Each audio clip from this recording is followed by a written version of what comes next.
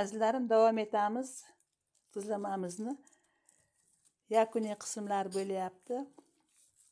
Mana hamma narsa solindi, endi biz suvni solamiz. Sho'r suv, achchiqlar solingan. Sekin solamiz. Agar yetmasa yana rastvor qilib solamiz. Hamma narsalar solinib bo'ldi. 3 kunda tayyor bo'ladi azizlarim. Salqin joyda qo'yasiz. Ustiga yuk bosilib turishi kerak, bilasiz. 3 kundan keyin bemalol iste'mol qilasiz, lekin bu uzoq saqlanish to'g'ri kelmaydi. 3 kundan keyin yeb boshlasangiz, masalan katta oilalar yoki qarindoshlar bo'lib olib ishlatsangiz ham bo'ladi. 1 hafta ichida yeb tugatishingiz kerak. Hozir karam ko'p-ku, sveji olib qilaverasiz yana. Boshqa retseptlar bilan qilsangiz ham bo'ladi. Bizning kanalimizga a'zo bo'lsangiz, boshqa retseptlarimiz ham bor. Mana achchiqlar ketdi, sal-sal. Murchlar ketdi, tagidagi murchlar ketyapti. Chayib soling. Mana suv to'kmay qoldi. Biz bunga tuz suvi qilib solamiz. Yana. Bir bosib ko'ringchi, qancha ko'tarilganmi, suv yo'qmi? Qo'lingiz bilan ko'ringchi, chetdan ko'rinadimi? Rasol. Bosing karamni. Yaqinlashibdimi yo'qmi? Ko'rinmaydimi? Mana biz bo'yzon suv olib keling. Tezda tuz suvi qilaylik. Qanchaga kelgan? Kurishkami? O'shanga kurishkaga to'ldirib keling. 1 litr kurishka tez to'ldirib keling. Siz tuz soling endi tovoqchaga. Suvimiz yetmayapti. Bu suvni mana yoqqa to'king. Shunga. Demak 1 litr bo'lsa bo'ladi.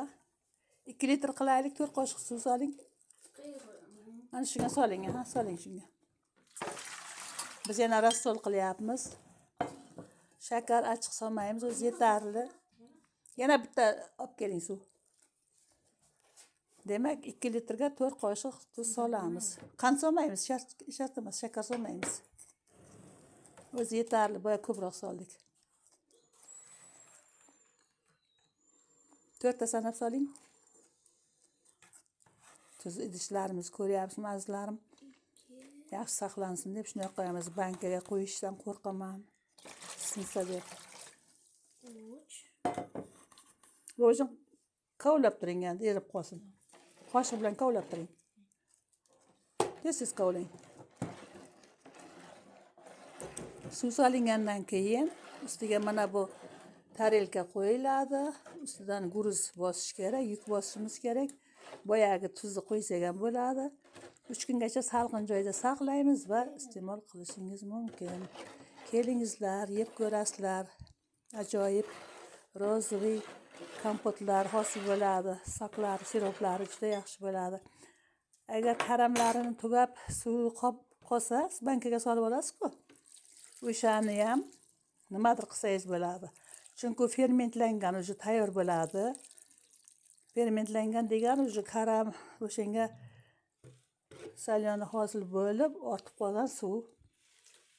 Endi bu tayyor bo'lgandan keyin ichiga yana sveji karam solib, bankaga solib, qanday idishga solib, yana qo'ysangiz bo'ladi. Endi bosib ko'ringchi, suv ko'rindimi?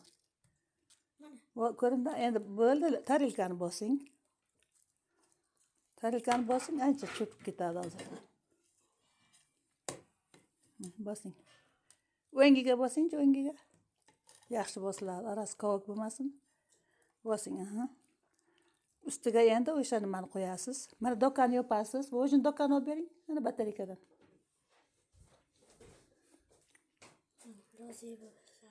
Rozi chiqib boshladimi? Chiqadi, yuk bosasiz hozir. Do'konni yopib, suvni to'king. Ustidan boyagi oq tefalni qo'yasiz.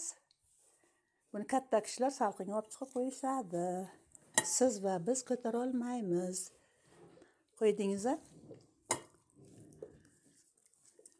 Azizlarim, bolalarga ham ko'proq suv ichishni o'rgatingizlar. Bu qaynab sovigan suv, choy, kafe Sut malaka boshqa narsa, lekin mana qarang, har zamonda mana shunday kosagami, bankagami isitib, suvni sal ilib turganini ichsangiz, bolalar uchun juda yaxshi, kattalar uchun ham, mana sustavlaringiz uchun ham yaxshi. Shunaqa qilib tuzlamamiz tayyor bo'lishini kutamiz, nasib bo'lsa 3 kundan keyin kelingizlar. Bemalol sizlar ham yeb ko'ringizlar. Xayr, salomat bo'lingizlar.